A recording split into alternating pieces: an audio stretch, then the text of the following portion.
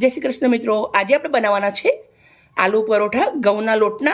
તો કેવી રીતે બનાવવા છે પૂરો વિડિયો શેર કરીશ તમારા જોડે। સૌથી પહેલા અમે ઘઉંનો લોટ લીધો છે, એક મોટો વાટકો ભરી અને લોટ લીધો છે। અંદર આપણે અજમો નાખીશું।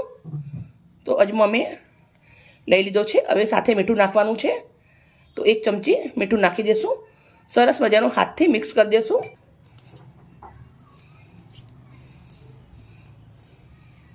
હવે આપણે 4 ચમચી એટલું અંદર તેલ નાખવાનું છે, તેલનું મોણ નાખવાનું છે। ઘઉંના લોટના સમોસા બનાવવા છે, દાદા બા નાના બાળકો બધા જ ખાઈ શકે અને ભારે ના પડે। તેલ નાખ્યા પછી સરસ મજાનો લોટને આપણે મિક્સ કરી લેશું। સરસ મજાનો મિક્સ થઈ ગયો છે। હવે આપણે પાણી રેડી અને ના કાઠો કે ના ઢીલો એવી રીતનો રોટીનો લોટ બાંધીએ એનાથી થોડો કઠણ લોટ આપણે બાંધી અને રેડી કરી દઈશું। થોડું થોડું પાણી નાખતું જવાનું છે, લોટ બાંધી અને રેડી કરી દઈશું। થોડું થોડું પાણી નાખતા જઈએ છીએ। સરસ મજાનો લોટ હવે બાંધી દઈશું આપણે। સરસ મજાનો આપણો લોટ બંધાવા આવી ગયો છે। લોટ આપણો સરસ બાંધીને રેડી કરી દીધો છે। લોટને હવે સાઈડમાં કરી દઈશું અને મસાલો વઘારશું। ઢક્કણ ઢાંકી 15 મિનિટ રેસ્ટ થવા દઈશું। આલુ પરોઠા બનાવવા માટે 4 નંગ મેં બટાકા લીધા હતા, એને સરસ મજાના ધોઈ બાફી અને ખમણી અને રેડી કરી દીધા છે। 2 નંગ ઝીણી ડુંગળી સમારી લીધી છે। 10 નંગ મરચાં તીખા લીધા છે ઝીણા સમારીને। બાળકો નાના હોય તો મોરા લેવાના। લીલા ધાણા લીધા છે 1 વાટકી અને 1 ગાંઠિયો લસણ અને આદુનો 1 ઇંચ જેટલો ટુકડો વાટી લીધું છે। સાથે 1 લીંબુ છે। જે મસાલા કરું કયા મસાલા નાખું છું પૂરો વિડીયો તમારા જોડે શેર કરું છું। એક કઢાઈ લેવાની છે, અંદર મોટી ચમચી એટલું તેલ નાખું છું। તેલને સરસ ગરમ થવા દેશું। થોડું રાઈ અને જીરું નાખું છું। રાઈ જીરું સરસ ચાટકવા માંડ્યું છે। હિંગ નાખવાની છે, લીલા મરચાં, ડુંગળી ઝીણી સમારેલી, વાટેલા આદુ અને લસણ,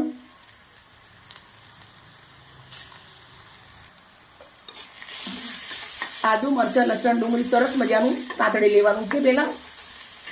આથી ટેસ્ટ બહુ જ જોરદાર જન્નાટ આવે છે ડુંગળી નાખવાથી। તમે ડુંગળી ના ખાતા હો, ડુંગળી નાખવાનું તમે એમને બી બનાવી શકો છો। ડુંગળીને સરસ શેકી લેશું 2 મિનિટ। હવે આપણે મસાલા કરી લેશું ડુંગળીના અંદર। સૌથી પહેલાં 1 ચમચી લાલ મરચું નાખીશું, અડધી ચમચી હળદર નાખીશું, 1 ચમચી મીઠું નાખીશું। આપણે 1 મોટી ચમચી એટલો ગરમ મસાલો નાખવાનો છે। હવે સરસ મસાલો નાખ્યા પછી મિક્સ કરી દઈશું। 2 મિનિટ જેવું આપણે આને શેકવાનું છે મસાલાને, એટલે જોરદાર સુગંધ આવે। એકદમ ધીમો તાપ કરી દીધેલો છે, વધારે નહીં શેકવાનું નકર બળી જાય। હવે આપણા બાફેલા બટાકાનો માવો નાખી દેવાનો છે। બટાકાનો માવો નાખ્યા પછી અમે મસ્ત રસથી ભરપૂર લીંબુ લીધું છે, તો આપણે આખું લીંબુ અંદર નીચું લેવાનું છે।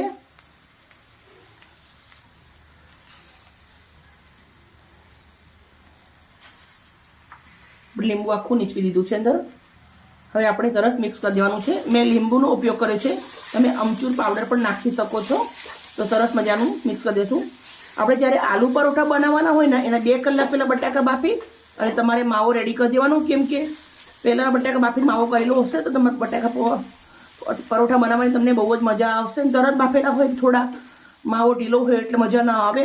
સરસ મજાનું મિક્સ કરી દેવાનું છે। સાથે આપણે લીલા લીલા ધાણા નાખવાના છે ભરપૂર। મેં વાટકી ભરીને ધાણા નાખ્યા છે, તમે ઓછા વધારે કરી શકો છો। આમ બાળકો ધાણા નથી ખાતા હોતા, પણ તમે આવી રીતે બનાવીને ખવડાવી દો તો બાળકોને ખબર ના પડે। ચલો ભાઈ, સરસ મિક્સ કરી દીધું છે। ધીમો તાપ છે, 1 મિનિટ રાખશું। સરસ મજાનું મિક્સ કરી દીધું છે। હવે આપણે ગેસને બંધ કરી દેવાનો છે, તો ગેસ આપણે બંધ કરી દઈશું અને આને 2 મિનિટ જેવું ઠંડુ પડવા દઈશું।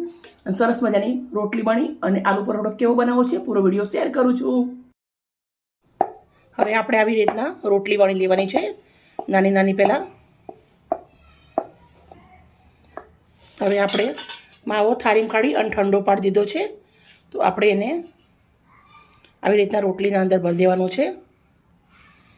હળવા હાથથી આપણે એને સરસ વાર દઈશું।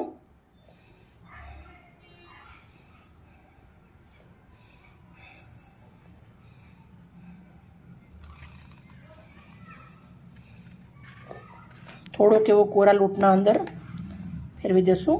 અને હવે આપણે ધીમા હાથે વણવાનું છે. અને તમે મોટા બી બનાવી શકો છો, હું નાના નાના બનાવું છું.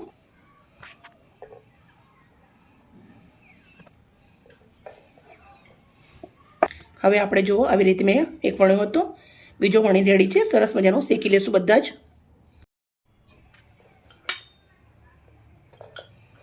પરોઠા આપણે આવી રીતે વણી લીધા છે. હવે શેકી લેશું.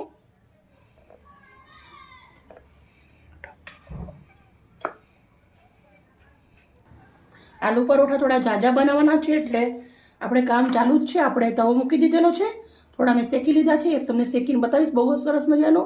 તો આપણે તવાના અંદર તવો ગરમ છે તો સરસ મજાનો આલુ પરોઠો અંદર નાખી દીધો છે. બંને બાજુથી તેલ લગાવી શેકવાનો છે. હું તેલ લગાવી શેકું છું, તમે ઘી બટર લગાવીને બી શેકી શકો છો, પણ અમે તેલથી શેકીએ છીએ ઘરે. આપણે સરસ મજાનું આવી રીતે થોડું હાથથી ફેરવી દઈશું તવાના અંદર, એટલે મસ્ત મજાનું એ ટાઈપ થઈ જાય. ઉલટાવી દીધું છે. હવે આપણે થોડું બંને બાજુ તેલ લગાવી અને શેકવાનું છે.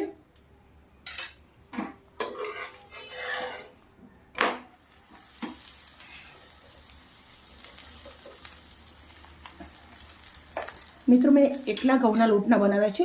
તમે અડધો મેંદાનો અને અડધો ઘઉંનો પણ લઈ શકો છો, પણ ઘઉંનો લોટ શરીરમાં જલ્દી પચણ થઈ જાય, પેટના અંદર કંઈ નુકસાન તમને ના કરે એના માટે મેં ઘઉંનો લોટ લીધો છે. નાના મોટા બધા જ કહી શકે. વડીલ લોકો ઘણીવાર મેંદાના લોટનો બનાવીએ તેમને ભારે પડતો હોય છે, પણ તમે આવી રીતના ઘઉંના લોટનો બનાવશો તો એ લોકોને ભારે બી નહીં પડે અને બહુ સરસ રહેશે સેહત માટે. જુઓ આપણે સરસ મજાનો આલુ પરોઠો રેડી કરી દીધો છે. બધા જ આવી રીતે આપણે બનાવી અને રેડી કરી દેવાના છે. સરસ મજાનું આપણે તમને સજાવીશ તો શું નાખીને સજાવું, કેવી રીતે ખાવું, પૂરો વિડીયો બતાવીશ તમને. મિત્રો આપણા બધા જ આલુ પરોઠા મેં બનાવી અને રેડી કરી દીધા છે. તો હવે આપણે સર્વ કરી દઈશું. તમે જોઈ શકો છો બહુ સરસ મજાના આપણા આલુ પરોઠા રેડી થઈ ગયા છે. મિત્રો મેં એક થાળી લઈ લીધી છે. સૌથી પહેલાં દહીં મૂકું છું, ખાટી ચટણી, ટામેટા કેચઅપ, આપણા સરસ મજાના આલુ પરોઠા. મિત્રો તમે જોઈ શકો છો બહુ બધા અમે આલુ પરોઠા બનાવી અને રેડી કરી દીધા છે. મિત્રો અમારી વિડીયો સારી લાગે તો પ્લીઝ એક લાઈક કરજો અને આ આલુ પરોઠા જરૂરથી બનાવી ખાજો. બહુ જ સુપર અને સાથે ટેસ્ટી છે અને એકદમ સોફ્ટ છે, સરસ મજાના. બાય મિત્રો, કાલે આવી નવી રેસીપી સાથે.